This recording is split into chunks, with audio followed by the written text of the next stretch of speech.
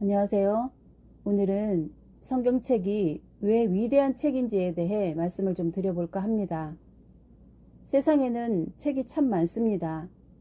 각종 전문서적이며 각 분야별 책도 많고, 또 각 종교에는 또 나름의 종교서적도 많고, 또 종교마다의 각 경전들이 또 다 있습니다.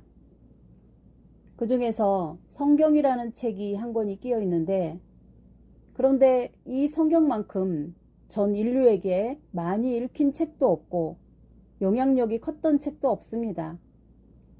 그냥 일반적인 책이라는 입장으로 놓고 보아도 그렇고, 종교적인 경전의 차원에 놓고 보아도 그렇고, 성경이 세상의 어떤 책들이나 경전들과는 다른 성경만이 가지는 정말 특별한 이유가 있는데, 그 이유를 간략하게 말씀드려 보려 합니다.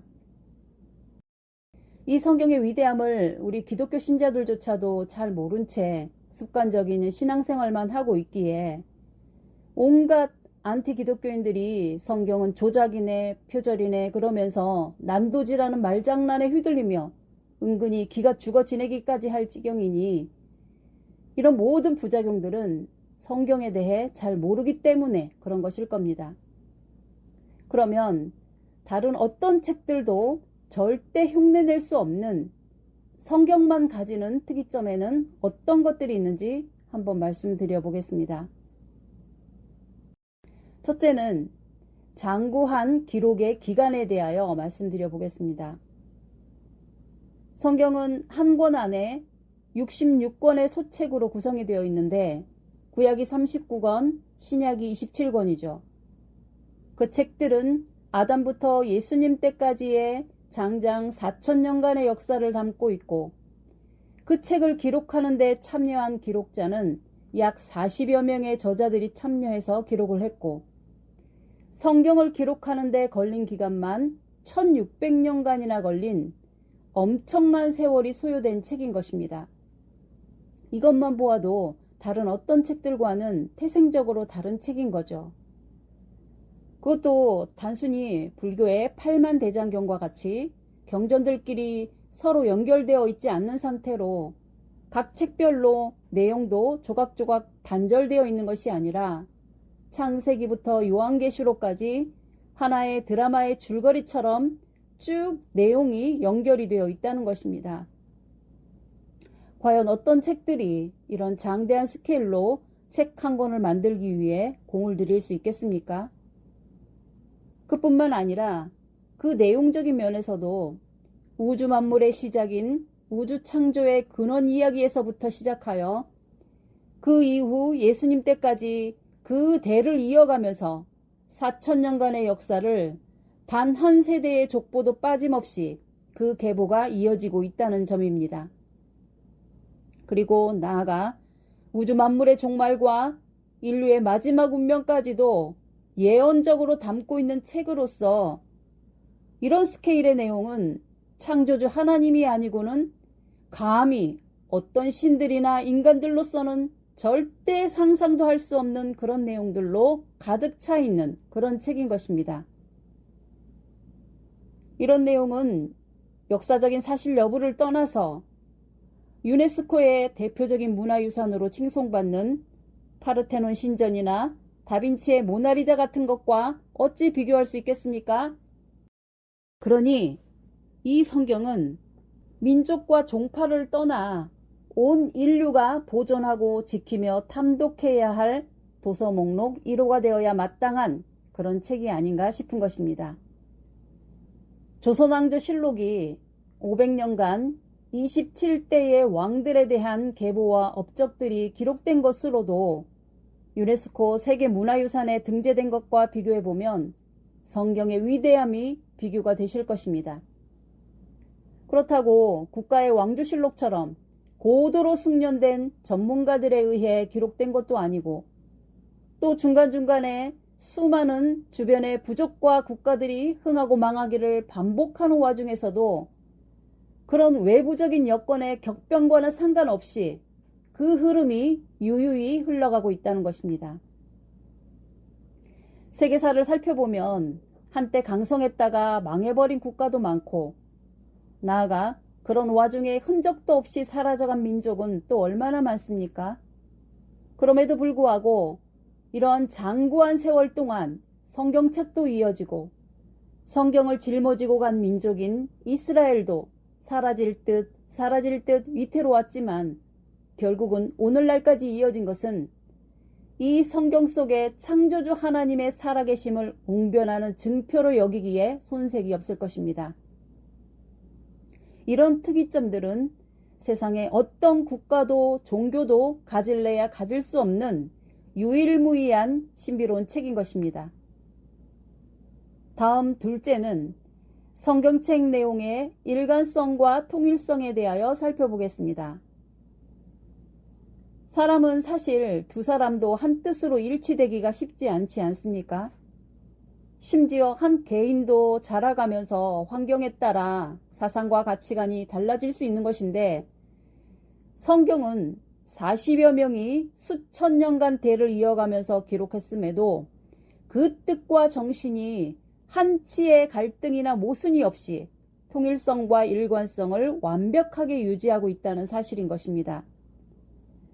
성경은 1600년간에 걸쳐 4000년의 역사를 담고 있는 내용을 40여 명의 저자들이 살았던 그 시대적인 차이를 비롯해서 각기 다른 직업과 가문, 그리고 각기 다양한 환경 속에서도 그 추구하는 정신과 목적성에 있어서 조금의 어긋남이나 모순점이 없이 그 통일성과 일관성이 놀랍도록 정확하게 유지되고 있다는 것입니다.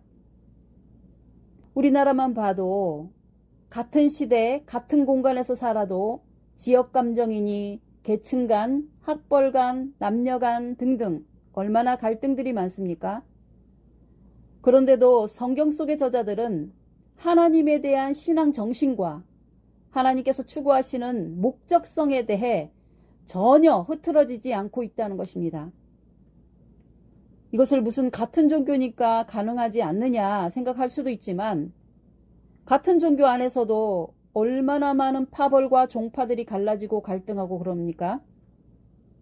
기독교만 해도 종교개혁 이후에 구교인 카톨릭과 개신교 간의 무지막지한 전쟁은 얼마나 심했으며 이슬람은 국가 간에도 시아파 수니파로 나뉘어 갈등하고 말이죠. 심지어 성경을 기록한 유대인들조차도 사두개파와 바리새파로 나뉘어 있지 않습니까? 그런 현실을 놓고 볼 때도 성경의 기막힌 통일성과 일관성은 그야말로 하나님의 개입이 아니고는 도무지 설명이 되지 않은 것인 겁니다. 그래서 성경은 성경책 그 자체만으로도 하나님의 존재를 강력하게 증명하고도 남을 책이라는 겁니다. 셋째는 각종 비유와 상징들에 담긴 의미들의 통일성에 대하여 살펴보겠습니다. 성경에는 단순한 현실 생활에 대한 이야기나 역사적인 사실들에 대한 기록도 있지만 성경은 종교적인 경전이기 때문에 현세와 내세를 오가는 많은 영적이고도 정신적인 것에 대한 굉장히 추상적인 내용들이 얼마나 많이 담겨 있겠습니까? 인간 세상에서도 철학자들의 사상집 같은 책들은 단어 하나, 개념 하나들이 얼마나 난해하고도 복잡합니까? 그러니 단어 하나하나의 개념 차이에서부터 추구하는 사상의 차이로 인해 얼마든지 다양한 주장들이 나올 수밖에 없는 것인데도 성경에는 그런 미묘한 갈등조차 없다는 것입니다. 서양 철학의 예를 들자면 서양 철학의 근간을 이루는 소크라테스와 플라톤과 아리스토텔레스 이 3대 스승과 제자 간의 사상이 얼마나 정반대 방향의 사상을 주창하는지를 보면 알 수 있는 것인 거죠. 그들은 거의 같은 시대를 살았고 같은 공간에서 활동한 입장에 있었음에도 그들의 주장은 하늘과 땅이 다른 것처럼 각기 다른 사상을 주장했지 않습니까? 그러나 성경 속의 저자들은 마치 한 사람의 원저자에게 지시를 받고 적은 듯이 동일한 사상과 동일한 어법과 동일한 비유와 상징적인 개념들을 공유하며 기록하고 있으니 이런 일은 인간 세상에서는 절대 불가능한 일인 것입니다. 예를 들면 기독교에서는 흔히 예수님을 어린 양으로 비유를 하고 있지 않습니까? 그것은 세례 요한이 처음으로 소개한 용어인데 사실은 알고 보면 이미 구약 성경 속에서는 수를 헤아릴 수조차 없을 만큼 많은 비유와 상징으로 어린 양을 메시아에 대한 상징으로 사용해 왔다는 것입니다. 서로 만나지도 의논하지도 않았는데 말이죠. 구약시대에 제사 때마다 사용된 제물로서의 어린 양이나 가인에게 맞아 죽은 아벨이 어린 양을 제물로 사용했던 것이나 모세를 따라 출애굽할 때 마지막 날 유월절 밤을 보내면서 어린 양을 잡아 고기는 먹고 피를 문설주에 바른 사건하며 이 모든 기록들이 어린 양을 오실 메시아이신 예수님으로 상정해서 기록되어 있다는 겁니다. 마치 이것은 서로가 의논이나 한 듯이 모두가 한결같이 그렇게 표현하고 있다는 거죠. 그런데 성경에는 이런 비유와 상징의 용법이 이 한 단어에만 국한된 것이 아니라 모든 비유적인 용어나 개념들이 모두가 그런 통일성을 보이고 있다는 겁니다. 예를 들면 창세기 1장에서 천지창조의 시작부터 등장하는 빛과 어둠에 대한 상징성이라든지 아담과 하와를 미혹했던 뱀이라는 동물이 갖는 상징성하며 포도나무, 무화과나무 같은 나무에 담긴 상징성이며 물이나 불, 그리고 구름이나 바다 같은 이런 사물들에 대한 그런 상징성이며 이런 모든 비유나 상징들이 신구약 성경 전체를 관통하는 동일한 의미의 비유와 상징성으로 통일되어 있다는 거죠. 이런 비유와 상징적인 용법들이 성경이 끝나는 요한계시록에까지 그대로 이어지고 있는데 특히 요한계시록은 예언서이기에 얼마나 많은 비유와 상징들이 있습니까? 그러나 그런 모든 용어들에 담긴 상징성들이 이미 성경 66권 전반에 걸쳐 다 담아놓았던 개념들이 그대로 이어져 사용되고 있다는 것입니다. 이런 점들을 일일이 다 설명을 하려면 1년을 해도 부족할 많은 내용들이 있다는 것입니다. 겉으로 보이는 역사적인 사실의 통일성도 대단한 것이지만 이런 영적이고 정신적인 추상적인 개념까지도 완벽하게 통일성을 갖추고 있다는 것은 이런 것은 사람들에게서는 절대 찾아볼 수 없는 기적 같은 사실들인 것입니다. 넷째로 세계사적 역사 흐름과도 어긋나지 않은 역사성에 대하여 알아보겠습니다. 보통 종교적 사상이나 가르침을 담고 있는 경전들은 꼭 정확한 역사성을 띌 필요는 없다고 생각하는 것이 보편적인 인식이라 할 수 있을 것입니다. 설령 때로는 역사적인 배경과 사실성에 조금 어긋나는 일이 있더라도 종교적인 경전이라면 그 정신적, 영적인 가르침에 집중을 하려 하기 때문에 그런 차이 정도는 그렇게 중요하지 않게 여기는 것이 보통인 것이죠. 예를 들면 이슬람의 경전인 코란에는 성경이 말하고 있는 역사적 연대기와 다른 내용들이 많이 있는데도 그런 역사성에 대해서는 그다지 중요하게 생각하지 않는 그런 경우인 거죠. 그럼에도 불구하고 성경이 시작되는 아담이나 노아 시대 같은 인류 초고대사 이야기로부터 그 이후로 이어지는 이야기들이 세계사적 흐름과 그 맥을 같이 한다는 겁니다. 예를 들면 노아 홍수 이후에 그 후손들이 바벨탑을 쌓은 사건은 인류 4대 문명의 발상지에 해당하는 메소포타미아 문명과 같은 선상에 놓인 역사이고 아브람과 모세 이야기는 당시 세계적인 제국이었던 이집트의 역사를 담고 있고 그 이후 이스라엘이 분열되면서 북이스라엘은 아수르 제국에 무너지고 남유다는 바벨론 제국에 무너진 것이라든지 그 뒤를 이어 다니엘서의 배경이 되는 페르시아 제국이며 그 이후에 알렉산더 대왕에 의해 펼쳐지는 헬라 제국이며 그리고 예수님의 시대로 이어지는 로마 제국에 대한 역사까지 성경의 거대한 역사의 흐름과 세계사의 가장 중심축의 흐름과 그 맥을 같이 하면서 조화와 갈등 속에서 역사가 진행되고 있는 점이 또 다른 성경책의 특이점인 것입니다. 그러니 아담이나 노아, 아브라함으로 이어지는 초고대 역사와 다윗이나 솔로몬으로 이어진 왕정시대의 역사들이 세계사의 연대기와 일치되게 흐르는 그 정교함이 세상의 어떤 역사서나 왕조실록에 못지않은 정확한 역사성을 띠고 있다는 거죠.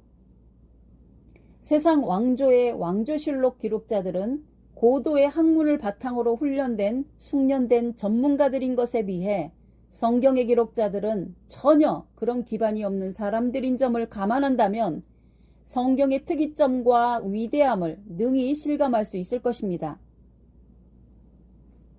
다섯째, 수많은 예언이 성취되는 놀라운 기적에 대해 살펴보겠습니다. 우리가 축구 월드컵 시즌이 되거나 선거철, 입시철이 되면 자신의 미래를 예측하기 위해 무당을 찾는다든지 하는 방식으로 갖은 노력을 기울이는 것을 볼 수 있습니다. 사람들이 예언에 대해 이렇게 관심이 집중되고 있는 것은 미래를 내다본다는 것은 인간의 한계 밖의 영역인 것이고 그야말로 신의 영역이기 때문에 그럴 것입니다. 사람들의 이런 미래에 대한 관심은 사실 그렇게 먼 미래를 알고 싶어 하는 것은 아니죠. 사람은 이렇게 가까운 미래도 알기가 어려운데 수백 년 혹은 수천 년 후에 닥칠 미래는 아예 관심을 둘 여지가 거의 없는 영역인 거죠. 그리고 아무리 신통력이 뛰어난 사람이라도 자기가 한 예언을 기록으로 남겨 확실한 증표로 삼는다는 것은 감히 어느 누가 자신 있게 도전할 수 있겠습니까? 지금까지의 인간 세상에서는 종교인이든 예언가든 그런 도전을 한 사례가 없는 것입니다. 그런데 성경은 그런 도전을 하고 있는 것입니다. 성경에는 성경학자들에 의하면 1800개가 넘는 예언이 있다고 합니다. 그 중에서는 메시아, 곧 예수님께서 이 땅에 오실 것을 예언한 내용은 190개 정도라고 합니다. 다른 예언들은 그냥 두고라도 메시아이신 예수님께서 이 땅에 오실 것을 예언한 것만 보면 190개에 달하는 예언이 있는데 그 예언들이 성취된 증거를 예수님의 제자들이 기록으로 다 남겨놓았는데 그것이 마태, 마가, 누가, 요한의 4개 복음서가 바로 그것인 겁니다. 안티 기독교인들이 성경의 예언에 대해 조작설을 제기하면서 입에 거품을 물고 반발하는 이유도 그 예언이 워낙 정확하게 이루어져 있으니까 길을 쓰고 물타기를 하려는 것이죠. 구약 성경은 이미 예수님 오시기 200~300년 전에 기록이 완료되어 있었다는 것은 히브리어로 기록된 구약 성경을 헬라어로 번역한 70인역이라는 번역본이 증거하죠. 이런 자료들은 인터넷에 검색하면 금방 알 수 있는 확인된 내용들인 것인데도 안티 기독교인들은 무작정 조작이고 표절이라고만 주장하고 있는 것입니다.